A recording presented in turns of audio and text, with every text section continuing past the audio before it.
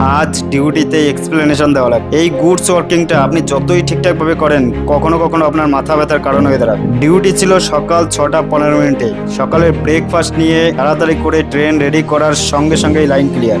মাত্র 6 ঘন্টায় ডেস্টিনেশন পৌঁছানোর জন্য ডিউটি অফ করতে না দিয়ে ট্রেন থেকে ইঞ্জিনটাকে ডিটাচ করে অন্য আরেকটা মুভমেন্ট দিয়ে দেয়। সেখানে পৌঁছাতে পৌঁছাতে ডিউটি আওয়ার্স 9 ঘন্টা 30 মিনিট।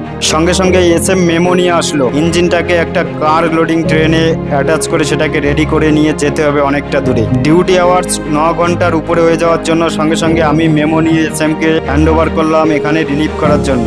লোকো পাইলট শর্টেজের জন্য রিলিফ হবে না, ভাইটাল ট্রেন, এটাকে তাড়াতাড়ি রেডি করে ডেস্টিনেশন পর্যন্ত পৌঁছাতে হবে। আবারও এসএম এর কাছে রিলিফ চাওয়ার জন্য সঙ্গে সঙ্গে উপর থেকে কন্ট্রোলার ফোন করে বলল যে কোনো প্রকারে ট্রেনটাকে রেডি করে নিয়ে একটু আগে যেতে, সেখানে রিলিফ হবে। তার কথা মতো ট্রেন রেডি করে লাইন ক্লিয়ার দেওয়ার পর ট্রেন নিয়ে আগে গেলে মিড সেকশনে এক জায়গায় আমাকে রিলিভ করা হলো সন্ধ্যা 7টার সময়। এই স্টেশন থেকে আমার হেডকোয়ার্টারের দিকে কোনো এক্সপ্রেস ট্রেনের স্টপিং না থাকায় এসি নাম্বার দিয়ে ট্রেন দাঁড় করিয়ে আমাদেরকে পাঠানো হলো হেডকোয়ার্টারের দিকে। হেডকোয়ার্টার এসে আমার ডিউটি অফ করতে করতে 16 ঘন্টা। সকালে যখন আরামে ঘুমাচ্ছিলাম তখন কন্ট্রোলারের ফোন আসলো, বলছে সিনিয়র ডি এক্সপ্লেনেশন চাইছে 16 ঘন্টা ডিউটি হলো কেন।